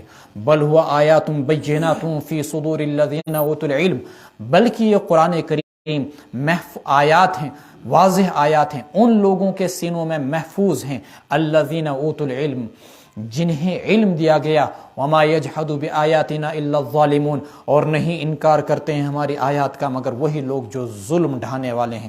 وقالو، اپنا ان کفر کر کے، شرک کر کے اپنی ذات پر، وقالو لولا انزل علیہ آیات من ربی، یہ لوگ یوں کہتے ہیں کہ کیوں ان پر ان کے رب کے جانب سے نشانیاں نہیں اتاری گئیں۔ قل، آپ کہہ دیجئے پیغمبر صلی اللہ علیہ وسلم، یقیناً ساری نشانیاں اللہ ہی کی جانب سے ہیں، اللہ ہی کے دائرۂ اختیار میں ہیں، عند اللہ، اللہ کے اختیار میں ہیں۔ یعنی معجزات کا ظہور، اظہار پیغمبر کے دائرۂ اختیار میں نہیں کہ جب چاہے تب معجزہ دکھائے، نہیں، کسی بھی معجزے کا اظہار پیغمبر کے ہاتھ سے تب ممکن ہو سکتا جب اللہ چاہے۔ جلال الدین سیوطی نے کتاب لکھی جس میں رسول اکرم صلی اللہ علیہ وسلم کی 1200 معجزات کو اکٹھا کیا گیا۔ حضرت عیسیٰ علیہ السلام کے معجزات بمشکل اگر گنے جائیں 27 تک نکلتے ہیں، لیکن اللہ کے رسول علیہ السلام کے معجزات 1200۔ بعض مفسرین نے کہا کہ رسول اکرم صلی اللہ علیہ وسلم کی معجزات کی تعداد 3000 تک جاتی ہے۔ آپ کا ہر جملہ ایسا معجز، ایسا فصیح و بلیغ کہ لوگ ایسا کلام کرنے والے سے بھی قاصر، وہ بھی اپنی ذات کے اندر الجوامع الکلم کے تحت اگر دیکھا جائے معجزات ہی ہیں۔ وَإِنَّمَا أَنَا نَذِيرٌ مُبِينٌ أَوَلَمْ يَكْفِهِمْ، کیا ان کے لیے یہ بات کافی نہیں کہ انا انزلنا علیک الکتاب، ہم نے ان پر کتاب اتاری، یتلا علیہم، جو ان کے سامنے پڑھی جاتی ہے، یقیناً اس کتاب میں رحمت ہے، نصیحت ہے ان لوگوں کے لیے جو ایمان لاتے ہیں۔ حضرت عیسیٰ علیہ السلام کے معجزات کیا ہیں؟ بیمار کو تندرست کر دیا۔ حضرت موسیٰ علیہ السلام کا معجزہ کیا ہے؟ 9 آیات بینات قرآن کریم میں آئے، یہ عصائے موسیٰ، ید بیضا وغیرہ وغیرہ۔ رسول اکرم صلی اللہ علیہ وسلم نے انگلیاں کتب احادیث کے اندر صحیحۃ ستہ کے اندر موجود ہیں، حدیبیہ کے موقع پر انگلیاں آپ صلی اللہ علیہ وسلم نے پانی کے اندر ڈالی تو چشمہ پھوٹ پڑا آپ کی انگلیوں سے۔ کئی سو صحابہ نے وضو بھی کیا اور کئی سو صحابہ نے اس پانی کو پیا بھی۔ آپ صلی اللہ علیہ وسلم کا معجزہ تبوک کے موقع پر دیکھیے، 4-5 آدمیوں کا کھانا جو تھوڑا سا دسترخوان پر اکٹھا ہوا، مسلم شریف جلد اول کے اندر روایت موجود، 30,000 لوگوں نے وہ کھانا کھایا۔ حضرت عمر فاروق بے اختیار کیا اٹھے اور خود اللہ کے رسول نے کہا اشہد ان لا الہ الا اللہ وانی رسول اللہ، کہ میں اللہ کا رسول ہوں۔ احد اور اسی طریقے سے احزاب کے موقع پر حضرت جعفر رضی اللہ تعالیٰ عنہ، جابر رضی اللہ تعالیٰ عنہ نے دعوت کی۔ دعوت کیا تھی؟ 3 آدمیوں کا کھانا، ایک بکری کا بچہ مارا تھا اور تھوڑا سا آٹا گوندا تھا۔ آپ صلی اللہ علیہ وسلم نے بلایا اور 1500 آدمیوں نے کھانا کھایا۔ آپ کے معجزات ایسے ہیں کہ جن کو شمار ہی نہیں کیا جا سکتا ہے۔ قل کفا باللہ، اس کے لیے بحر ذخار کی ضرورت ہے علم کی۔ قل کفا باللہ بینی و بینکم شہیدا، آپ کہہ دیجئے کہ کافی ہے اللہ ہی میرے اور تمہارے درمیان گواہ ہونے کے لحاظ سے، وہی میری نبوت کا گواہ ہے۔ یعلم ما فی السماوات والارض، اللہ جانتے ہیں جو کچھ آسمانوں میں ہے اور جو کچھ زمین میں ہے۔ والذین آمنوا بالباطل، جن لوگوں نے جھوٹی باتوں پر یقین لایا، یقین کر رکھا ہے، وکفروا باللہ، اور انہوں نے اللہ کا انکار کیا، اولئک هم الخاسرون، یہی لوگ ہیں خسارے والے، نقصان والے۔ ویستعجلونک بالعذاب، اے پیغمبر صلی اللہ علیہ وسلم یہ آپ سے عذاب کے سلسلے میں جلدی مچاتے ہیں۔ فاتنا بما تعیدنا ان کنت من الصادقین ویقولون متی ھذا الوعد، کب یہ وعدہ پورا ہوگا جس کے بارے میں آپ بار بار کہہ رہے ہیں کہ تمہیں اللہ گرفتار کریں گے۔ ولولا اجل مسمى، اگر وقت متعین اور فکس نہ ہوتا، لجاءہم العذاب، تو عذاب اللہ کا آ ہی جاتا ان پر، لیکن اللہ کو مقصود یہ تھا کہ قریش کو فنا نہ کیا جائے بلکہ ان کی نسلوں کے ذریعے سے پھر دین اسلام کی اشاعت کا کام لیا جائے، اس لیے اللہ نے ان کو فنا نہیں کیا۔ وَلَيَأْتِيَنَّهُمْ بَغْتَةً وَهُمْ لَا يَشْعُرُونَ، وہ یأتینہم آئیں گے وہ ان کے پاس اچانک، وہم لا یشعرون، اور آئے گا وہ عذاب ان کے پاس اچانک اور وہ محسوس بھی نہیں کر پائیں گے۔ یستعجلونک بالعذاب، وہ آپ سے عذاب کے سلسلے میں جلدی مچاتے ہیں۔ وَإِنَّ جَهَنَّمَ لَمُحِيطَةٌ بِالْكَافِرِينَ، یقیناً جہنم گھیرنے والی ہے کافروں کو۔ کس دن؟ یوم یغشاہم العذاب، جس دن عذاب ان کو آ گھیرے گا، من فوقہم، اوپر سے، ومن تحت ارجلہم، ان کے نیچے سے، اوپر سے پتھر برسا کر، اوپر سے سیلاب کے ذریعے سے، ومن تحت ارجلہم، زلزلوں کے ذریعے سے، وَيَقُولُ ذُوقُوا مَا كُنتُمْ تَعْمَلُونَ، اور اس دن کہا جائے گا ان سے چکھو جو کچھ اپنے ان اعمال کا مزہ جو تم کیا کرتے تھے، اگر دنیاوی عذاب مراد لیا جائے۔ لیکن زیادہ قرین قیاس یہ ہے کہ یہاں آخرت کا عذاب مراد ہے۔ جب آخرت کا عذاب مراد ہوگا، اللہ بچائے، جہنم کا فرش بھی کس کا ہوگا؟ آگ کا، اور اوپر سے لپٹیں بھی جو ہوں گی وہ کس کی ہوں گی؟ آگ کی ہوں گی۔ یا عبادی الذین آمنوا ان ارضی واسعۃ، حبشہ کے موقع پر جب صحابہ نے حبشہ کی طرف ہجرت کی، ہجرت حبشہ کے موقع پر، اس موقع پر یہ آیت نازل ہوئی جب مسلمانوں کے لیے مکہ کی زمین تنگ کر دی گئی۔ اے میرے وہ بندو جنہوں نے ایمان لایا، یقیناً میری زمین کشادہ ہے، فَإِيَّايَ فَاعْبُدُونَ، یہاں اگر تمہیں اللہ کی بندگی سے روکا جا رہا ہے، میری اس زمین میں جہاں مرضی آئے جاؤ اور میری ہی بندگی کرو۔ کُلُّ نَفْسٍ ذَائِقَةُ الْمَوْتِ، ہر انسان کو موت کا مزہ چکھنا ہے۔ ثُمَّ إِلَيْنَا تُرْجَعُونَ، پھر ہماری طرف تمہیں واپس کیا جائے گا۔ وَالَّذِينَ آمَنُوا وَعَمِلُوا الصَّالِحَاتِ، جن لوگوں نے ایمان لایا، نیک اعمال کیے، لَنُبَوِّئَنَّهُمْ من الجنت غرفا، ہم ان کے لیے جنت کے بالا خانوں میں انہیں ٹھکانہ دیں گے، جن کے غرف، غرفتن بالا خانہ، جن کے نیچے کمرہ بھی بولتے ہیں، جن کے نیچے نہریں بہتی ہوں گی، وہ ان میں ہمیشہ ہمیشہ رہیں گے۔ عمل کرنے والوں کا اجر کیا ہی خوب ہے۔ الذین صبروا، جنہوں نے صبر اختیار کیا، جو ڈٹے رہے ایمان پر، وعلی ربہم یتوکلون، اور اپنے رب پر بھروسہ کرتے رہے۔ اچھا، کچھ لوگوں کو یہ مسئلہ ہو گیا، وہ کہنے لگے کہ اگر ہم نے ہجرت حبشہ کر لی تو ہمیں وہاں مکانات نہیں، ہمیں کچھ کھانے کا خرچہ ساتھ نہیں، تو کھائیں گے کیا؟ رہیں کہ کہاں، اس پر یہ آیت اتری، وَكَأَيٍّ مِّن دَابَّةٍ لَّا تَحْمِلُ رِزْقَهَا، کتنے ہی جانور ایسے ہیں جو اپنی روزی روٹی اٹھا کر نہیں رکھتے ہیں۔ دیکھیں جانوروں کو دیکھا آج تک آپ نے کہ وہ اپنی غذا ذخیرہ کر کے کل کے لیے رکھتے ہیں؟ گپن چھت سوچن کے پگا کیسے تھا وہ بچائے؟ پرندوں کو دیکھا آپ نے بچا کے رکھتے ہیں، سوائے ایک چونٹی کے کہ وہ سردی کے لیے، یا شہد کی مکھی کے، وہ غذا کو بچا کے رکھتے ہیں چونکہ وہ سردی میں باہر نہیں نکلتے ہیں اس بنیاد پر۔ لیکن عام جانور اور عام مخلوقات لا تحمل رزقها، وہ اپنی روزی اٹھا کر نہیں رکھتے کل کے لیے۔ اللہ یرزقها، اللہ ان کو ہر دن روزی دیتا ہے اور تمہیں بھی، وہ السمیع العلیم، اللہ تبارک و تعالیٰ ہی سننے والے اور جاننے والے ہیں۔ لہٰذا تم روزی کے اندیشے سے، روزی کے نہ ملنے کے ڈر سے ہجرت کو ترک مت کرو، ہجرت کرو اللہ کے راستے میں۔ اگر تمہیں اس زمین پر ایمان کے اعمال کے انجام دہی کے اندر پریشانی ہو رہی ہے، حدیث اللہ کے رسول علیہ السلام کے فرمان ہے، لو انکم توکلون علی اللہ حق توکلہ، اگر تم اللہ پر ویسا ہی بھروسہ کرو جیسے تمہیں اللہ پر بھروسہ کرنا چاہیے تھا، لترزقون کما ترزق الطیر، تمہیں ویسے ہی روزی دی جاتی ہے جیسے کہ پرندوں کو روزی دی جاتی ہے، تغدو خماسا وتروح بطانا، صبح سب کے سب خالی پیٹ نکلتے ہیں اپنے آشیانوں، اپنے گھونسلوں سے، اور شام کو سب کے سب شکم سیر ہو کر آتے ہیں اربوں کے اندر۔ وَلَئِن سَأَلْتَهُم مَّنْ خَلَقَ السَّمَاوَاتِ وَالْأَرْضَ، اگر آپ ان سے دریافت کریں کہ کس نے آسمانوں کو پیدا کیا اور زمین کو، وَسَخَّرَ الشَّمْسَ وَالْقَمَرَ، اور کس نے چاند اور سورج کو قابو میں کیا، لَيَقُولُنَّ اللَّهُ، وہ یقیناً کہیں گے اللہ نے، فَأَنَّىٰ يُؤْفَكُونَ، پھر وہ کہاں الٹے چلے جا رہے ہیں۔ اللہ يَبْسُطُ الرِّزْقَ لِمَن يَشَاءُ مِنْ عِبَادِهِ وَيَقْدِرُ لَهُ، اللہ روزی کو پھیلاتے ہیں جس کے لیے چاہتے ہیں اپنے بندوں میں سے، وَيَقْدِرُ لَهُ، بعض مفسرین نے ترجمہ کیا کم کرتے ہیں، تنگ کرتے ہیں، لیکن ہمارے استاد مفتی فیض الوحید صاحب رحمۃ اللہ علیہ ترجمہ کیا کرتے تھے، ناپ کر دیتے ہیں، کیا، وَيَقْدِرُ لَهُ، اور جس بندے کو چاہتے ہیں ناپ کر دیتے ہیں۔ ان اللہ بکل شیء علیم، اللہ کی طرف تنگ کرنے کی نسبت تھوڑی سی مناسب نہیں ہے اس بنیاد پر۔ ان اللہ بکل شیء علیم، اللہ ہر چیز کو خوب جاننے والے ہیں۔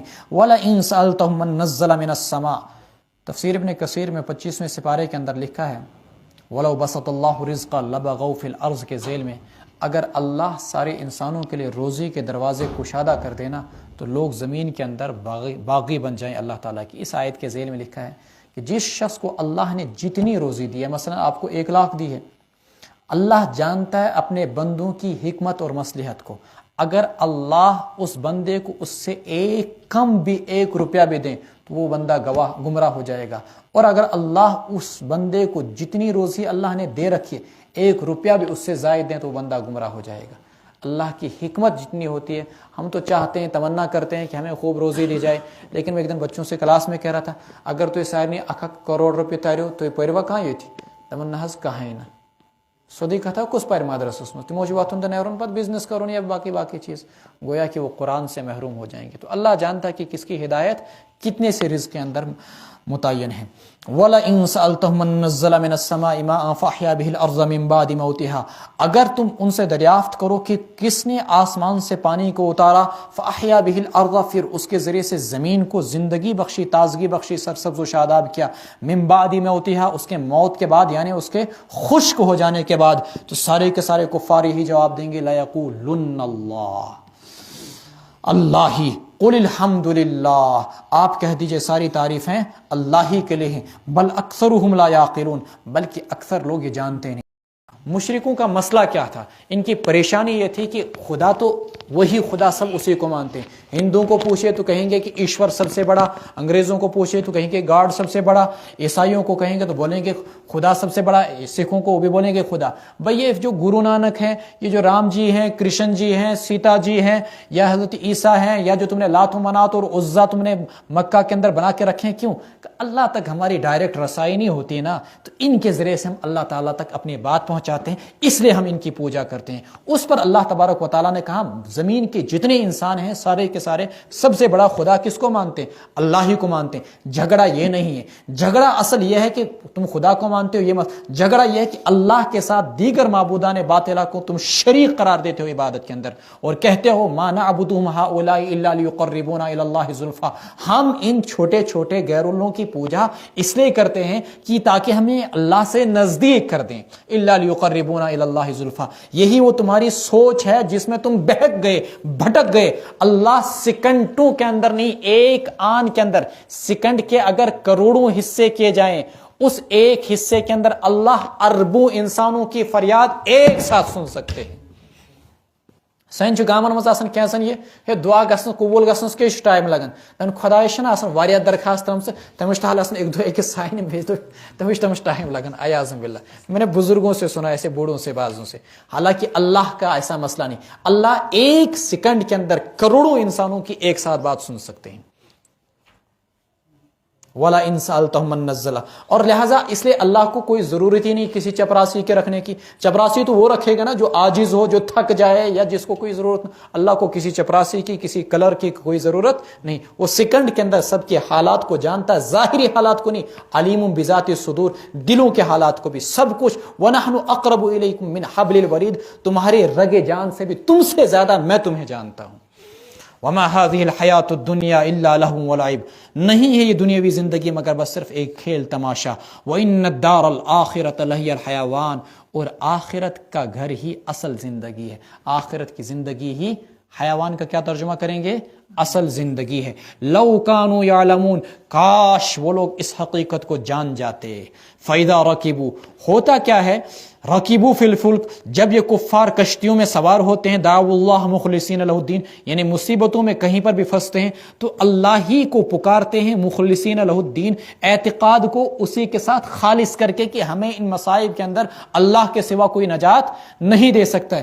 فلما نجاہم الی البر، پھر جب اللہ ان کو نجات دیتا ہے اور بچا کر لاتا ہے خشکی کی طرف، اذا ہم یشرکون، تو پھر دوبارہ اللہ کے ساتھ شریک ٹھہرانے لگتے ہیں۔ 7ویں سپارے میں اللہ، 15ویں سپارے میں سورہ بنو اسرائیل میں اللہ تعالیٰ کہتے ہیں تم کیا سوچتے ہو کہ خشکی کے پاس پہنچ کر تم بچ گئے؟ اگر میں چاہوں تو اس خشکی کے اندر ہی تم کو یہاں پر دھسا دوں۔ ام امنتم ان یخسف بکم جانب البر او یرسل علیکم حاصبا، یا یہیں پر تم پر آسمان سے پتھر گرا دوں۔ یہ نہ سوچنا کہ تم مصیبتوں سے نکلے، سیلاب سے نکل گئے، زلزلوں سے نکل گئے، بیماریوں سے نکل گئے تو بس اب تم آزاد، میں تمہیں دوبارہ ان مصیبتوں کے اندر مبتلا کر سکتا ہوں۔ لیکفروا بما آتیناہم، لام برائے عاقبت، اس کا رزلٹ کیا نکلتا ہے؟ غرضے کی ناشکری کرتے ہیں ان نعمتوں کی جو ہم نے ان کو دی، ولیتمتعوا، اور انہیں فائدہ اٹھانے دو، فسوف یعلمون، انہیں ان قریب ہی اپنی اس شرک کا انجام معلوم ہو جائے گا۔ یعلمون عاقبت الشرک۔ اولم یروا انا جعلنا حرما آمنا، کیا انہوں نے یہ بات نہیں دیکھا، انہوں نے غور نہیں کیا، انہوں نے انا جعلنا حرما آمنا، ہم نے حرم کو امن والا بنایا، ویتخطف الناس من حولہم، اور لوگوں کو ان کے ارد گرد سے اچک لیا جاتا ہے۔ افبالباطل یؤمنون، کیا وہ باطل پر، جھوٹے معبودوں پر ایمان رکھتے ہیں اور اللہ کی نعمتوں کا انکار کرتے ہیں؟ ومن اظلم ممن افترى علی اللہ کذبا، اس سے بڑا کون ظالم ہوگا جو اللہ پر جھوٹ باندھے یا حق بات کو جھٹلائے، وہی کو، قرآن کو، اسلام کو، جب کہ وہ حق اس کے پاس آ گیا۔ الیس فی جہنم مثوی للکافرین، کیا جہنم میں کافروں کا ٹھکانہ نہیں؟ والذین جاہدوا فینا، جو لوگ ہماری راہ میں جد و جہد کرتے ہیں، کوششیں کرتے ہیں، لنہدینہم سبلنا، ہم ان کے لیے اپنے راستے کھول دیتے ہیں، اپنے راہیں ہم انہیں دکھلاتے ہیں۔ وَإِنَّ اللَّهَ لَمَعَ الْمُحْسِنِينَ، اللہ تعالیٰ نیکوکاروں کے ساتھ ہے۔ مفسرین نے اس آخری آیت کے ذیل میں لکھا، اگر آپ کا حافظہ کمزور ہے تو آپ علم کے سفر پر چل پڑے، اللہ آپ کے حافظے کو کھول دے گا۔ اگر آپ کم علم ہیں، علم کے راہ پر چل دیجئے، اللہ آپ کو فہم دے گا۔ اگر آپ مجاہد بننا چاہتے ہیں، آپ جہاد میں نکلے، اللہ آپ کے لیے اسباب و وسائل فراہم کریں گے۔ آپ اگر عابد بننا چاہتے ہیں، آپ اللہ کی راہ میں چل پڑے، اللہ آپ کے لیے عبادت کو آسان کر دیں گے۔ غرضے کی دعوت ہو، تبلیغ ہو، جہاد ہو، علم ہو، عمل ہو، عبادت ہو، زندگی کے کسی بھی دینی شعبے میں آپ چل پڑیں تو اللہ تبارک و تعالیٰ خود بخود آپ کے لیے راستے کھولتے جائیں گے، کھولتے جائیں گے، کھولتے جائیں گے، یہاں تک کہ آپ ترقیات کے منازل طے کرتے جائیں گے۔